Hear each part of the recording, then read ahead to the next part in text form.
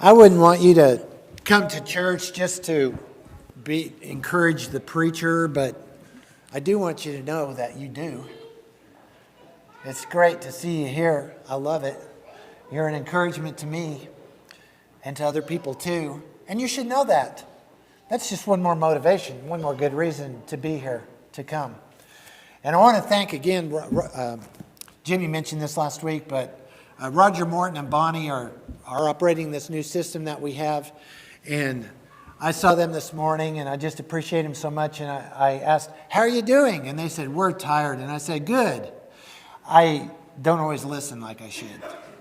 So I backed up and said, wait a minute, that's not good. Why are you tired? Well, they've been to Abilene with a bunch of UIL students and just got in very late last night, and yet here they are. So thank you so much for being here. And yes, absolutely, they deserve a lot more than just applause, but that's good. I know you appreciate them too. And we had the willingness to serve questionnaire that was passed out today, and I don't know if this is on there or not, but if any of you would like to learn this system, I don't want to take advantage and abuse the Mortons too much and burn them out. So there may be times, especially this summer, they're school teachers. They may want to go visit their family in other places and be gone on a Sunday. So we might need someone else to learn how to do this too. And if you're interested in that, please make that known to Roger and or the other Roger or whoever, and we'll get some people trained to help out with this. Because I really am enjoying this system. It's helping me to stay on track. And I know everybody's for that, because if you get too off track, sometimes you can forget about the clock, and we don't want to let that happen. That would be bad. In fact, I've thought about asking Roger if you can put a little clock in the corner of the screen, maybe even with an alarm. And I haven't asked him that yet because I'm afraid the answer might be yes, and then we might have to do that. But anyway, thank you, Roger, so much for what you're doing, and you too, Bonnie. We've been going through looking in the Gospels at Jesus. That's been our goal for the last year, really, to get a clearer view of him, to understand him more clearly than we have in the past. Because really, that's the key. That is what is going to keep you faithful to him for a lifetime. Jesus said, if I am lifted up, I will draw them into myself. So that's what we want to do in our worship, in our singing, in our prayer, in our teaching and study of God's Word, is to lift up Jesus and to be drawn closer to him. There's a beautiful promise that James writes in his book where he says, draw near to the Lord and he will draw near unto you. Isn't that wonderful? I love hearing that. He also says, resist Satan and he will flee from you. So there's a double blessing there if we will draw near to God. And that's what we want to do in looking at Jesus. Now here recently we've been seeing Jesus near the end of his earthly ministry, when he's headed to Jerusalem for that last week of his life. We recently celebrated that time of the year when Passover takes place, and that's when Jesus went to Jerusalem, was arrested and tried and murdered, and placed in the tomb. And then on the day after Passover, on the first day of the week, he was raised to walk in newness of life, and that is what gives hope for us too. What led up to that? I think it's very interesting to see that Jesus, knowing very well what would happen when he got to Jerusalem, still is involved in his ministry of teaching, encouraging, healing, and comforting people right up to the very end. There's a great lesson right there for us. Sometimes we're distracted by our worries and our cares and our fears from doing what God wants us to do. And it's hard for us to think about what's going on in someone else's life because we're so preoccupied and obsessed with what's going on in our lives. We talked about this morning in our high school class, that a key to having joy in your life is just to remember how to spell the word. J-O-Y. It stands for Jesus, others, and yourself. And if you'll follow that formula and keep those priorities in line with the J-O-Y formula, then God will bless you with a lot of J-O-Y in your life. Jesus is our example in that. As he was headed to Jerusalem, he came to the city of Jericho. I looked on the map. Jericho is not very far from Jerusalem. Maybe 20 miles, I'm not sure. I didn't get out a measuring stick and check the distance, but there was a little scale, or what do they call that, a legend down at the bottom of the map. And I think it's about a day's journey on foot for Jesus and his disciples. But when he came near Jericho, you might recall a couple of weeks ago, we talked about this, he was called out to by this blind man beside the road. Just a common beggar like we see every time we drive down close to the interstate and they're standing on the corners with cardboard signs. It was true in the days of Jesus also, probably to a greater extent, that some people were reduced in order to survive to begging. And that's all a blind person could do. And this blind man, when he heard Jesus was coming, cried out to Jesus. It was near Jericho, and you remember the story that Jesus healed him. After Jesus entered the city, there's something that happened that I think will be an encouragement to you, and that's my hope today. I want to attempt to return the favor to you by being here to encourage everyone and encourage me, to encourage you by looking at this story. We're going to call this a case study, that a man meets Jesus. Luke, was the physician, so we'll just say that Luke wrote a case study of one of the encounters Jesus had with a man. It could have been anybody. It just simply stands for an opportunity. It says in verse 1, and this is the first point, Jesus passed by. Now I know Jesus is not here in human bodily form today, but he is here, isn't he? Because he is God, he is everywhere. And he explicitly promised his disciples at the end of Matthew's Gospel, I will be with you to the end of the age. And that's his promise to us too. So I don't think we're too unlike Zacchaeus in the fact that Jesus passing by was an opportunity. Opportunities are all around us. I'm convinced that the problem is not with the existence or non-existence of opportunities. It's just that we often do not see them. It's been said that opportunity is like a big, scary, hairy monster when it's coming towards us. And the temptation is to flee or to hide. But after it passes by, on the backside, opportunity is bald. There's nothing to grab onto. When it has passed by, it's gone. So we've got to be ready. We've got to be looking in order to see opportunities. And Zacchaeus was. I heard a wonderful, touching story. Last week I attended a men's retreat. And I wanted to share it with you today because it's about a man who was willing to look for and accept opportunities. A man who had learned to play the bagpipes. He lived in a small southern community, and it was a part of his heritage. So he learned to play bagpipe, and he got really good at it. And he was requested to perform at many events, especially funerals, because he had mastered the song Amazing Grace. And maybe you've heard Amazing Grace played on bagpipe. And it's really quite beautiful. And so one day, a preacher in that town called him and said, listen, I want to ask you to donate your time to play your bagpipe for a funeral for a homeless man. There's no money in the job. There's almost no family. Just a handful of friends. And I'm going to donate my time. The burial will be at the pauper cemetery. It's way out in the woods. But would you come too and help make it special for this man that just seemed to have hard luck his whole life? And so the bagpipe player was touched by the story of this poor homeless man, and he agreed to do it. He said, yes, I will. I'll come. And so the day of the funeral arrived, and he headed for the pauper's cemetery out in the woods, and as luck would have it, he got lost on those back roads out in the country. And he wandered around for quite some time looking for that cemetery and finally arrived an hour late.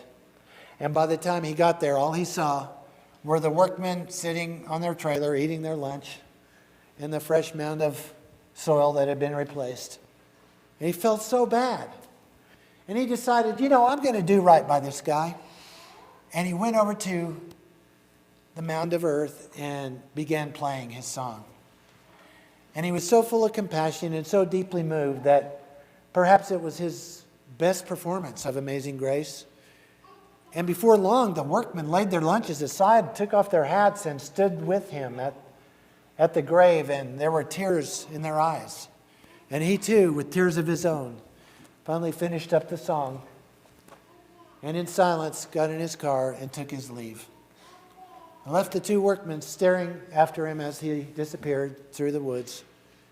And the older workman standing there said, "You know, I have never seen anything like this in my entire life. And I've been putting in these septic systems for 35 years.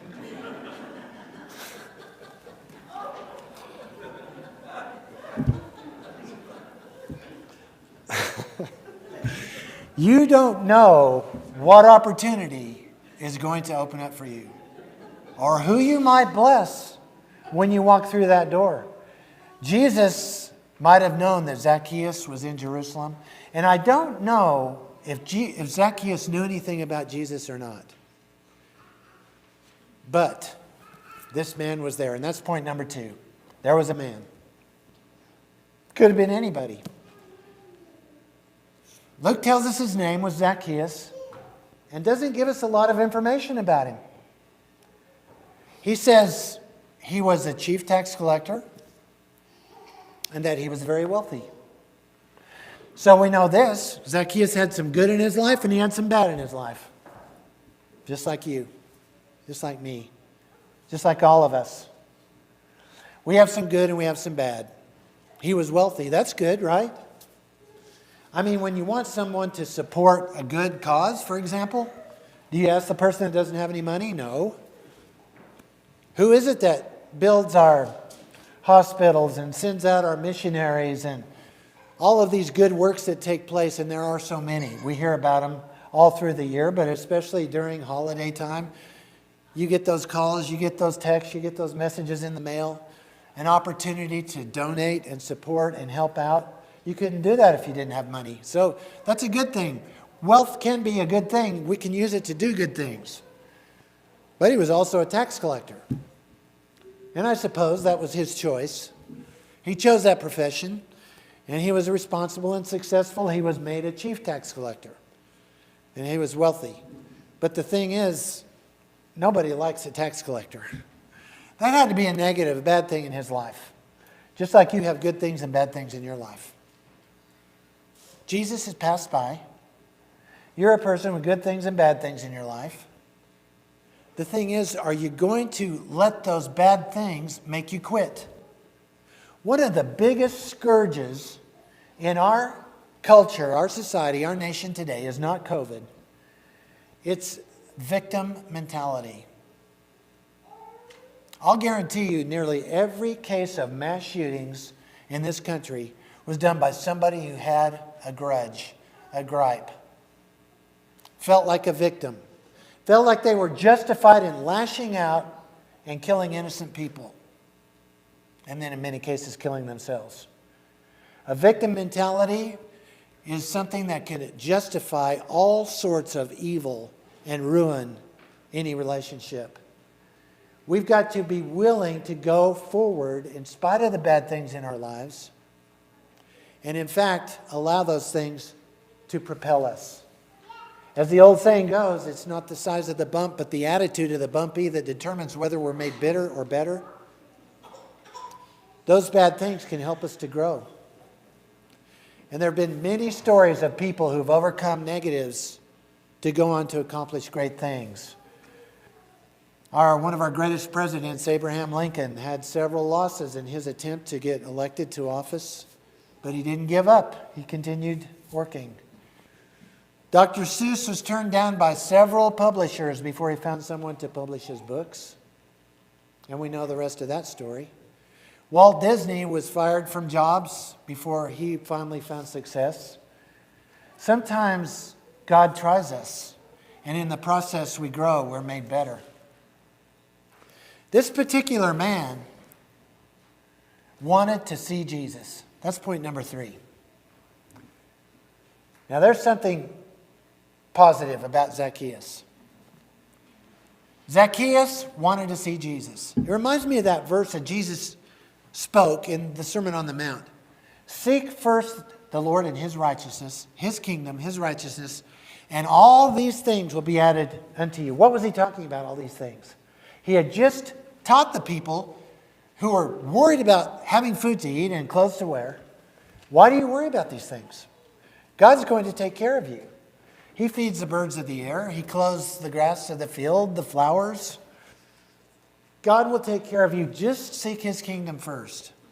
Now, as I said, I don't know if Zacchaeus knew anything about Jesus, but he may have. This was not Jesus' first trip to Jerusalem. He went to the Passover feast every year. And he did many miraculous signs, and he carried out ministry early in his ministry in Judea, the area around Jerusalem. So it's certainly possible that Zacchaeus had heard of Jesus. Or maybe he was attracted because of the great crowd that was gathering as Jesus passed through Jericho.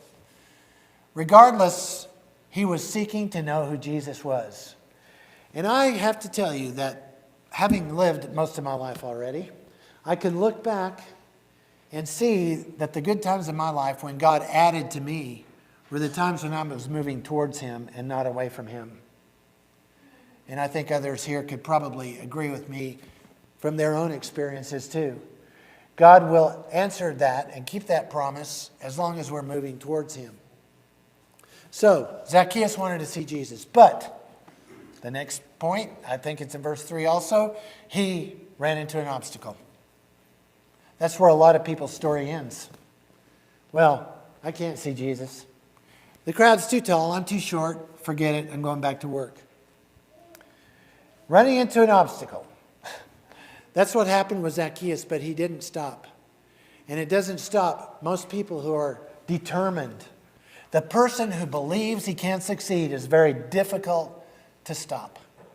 Belief, faith, whatever it was, Zacchaeus overcame the obstacle. And the next point of verse 4 says, he ran ahead.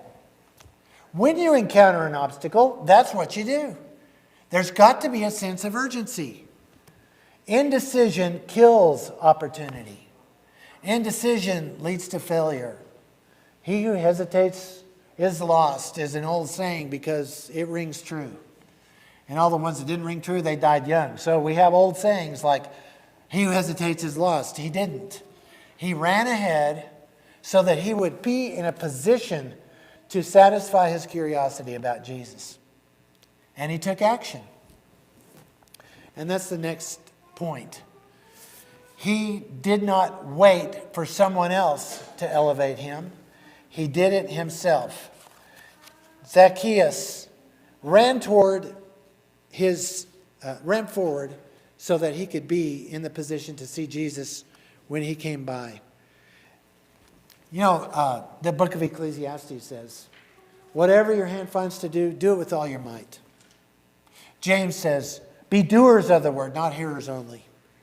And it's true, you would have to admit, though, that most of us, our knowledge level is way above our obedience level. We know more than we do, don't we? Now, we need to know, and we need to know more, but we need to do more. Doing, action. That's the kind of faith that gets results, and that's the kind of faith that we need to have if we're going to be able to see Jesus. Zacchaeus teaches us an important lesson here. There's an urgent need in your life. And I'm telling you, if you say no to Jesus the first time, it may be kind of hard, but it gets easier. So you don't want to start out that way. You don't want to get into that habit. You don't want to turn away or allow obstacles to stop you. Zacchaeus ran forward. He ran toward Jesus. And what happened?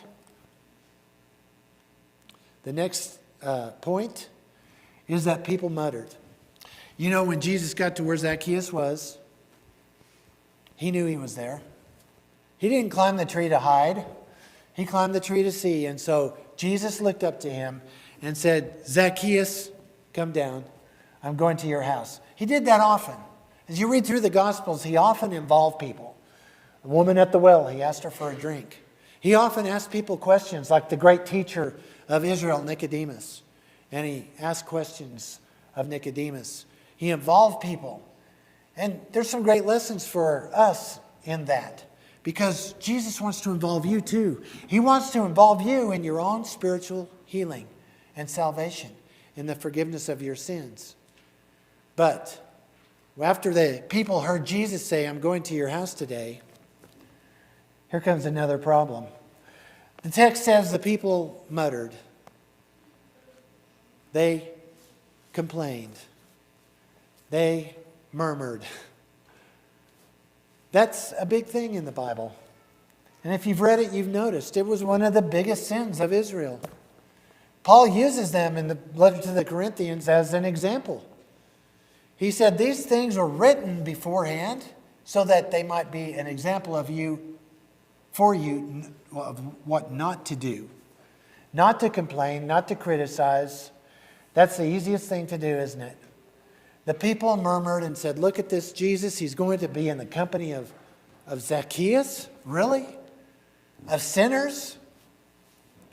But think about, back in the context of this, of what we've read in this series of lessons, to the rich young ruler who came to Jesus, who wanted to see him and find out who he was and ask him a question.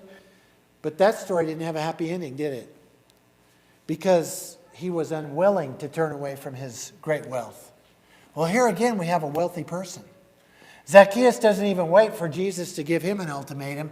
He jumps up, stands up, and speaks up and gives up. That's in verse 7. When he says, I will give half of all that I own to help the poor. And if I've cheated anyone, I will give 4 times whatever I took back to that person. And that was enough that for Jesus to know what was in Zacchaeus' heart. And so this story is another one with a happy ending. It's a story that ends with salvation. Salvation for this chief tax collector, despised and loathed by all the people, regarded as a lowly sinner, and yet someone for whom Jesus had compassion, just like he does for you today. Salvation was the purpose for which Jesus came, as he says clearly in verse 10, an often quoted verse. I have come to seek and to save that which is lost. That's the reason he came. And it's the reason why he is still here. To seek and to save that which is lost. And so once we have responded to that purpose of God in our lives, you and I, then we need to take that as our priority too. If it was the purpose and the priority of Jesus, it needs to be yours and it needs to be mine. We need to be conscious of the opportunities that we might have, that we might not even see coming, that we might not know about, but that if we're not looking for, we will miss them. They will pass us by. It didn't pass Zacchaeus by because he didn't allow Jesus to go unnoticed. How about you? If you have, maybe today's the time to change that while we stand and sing.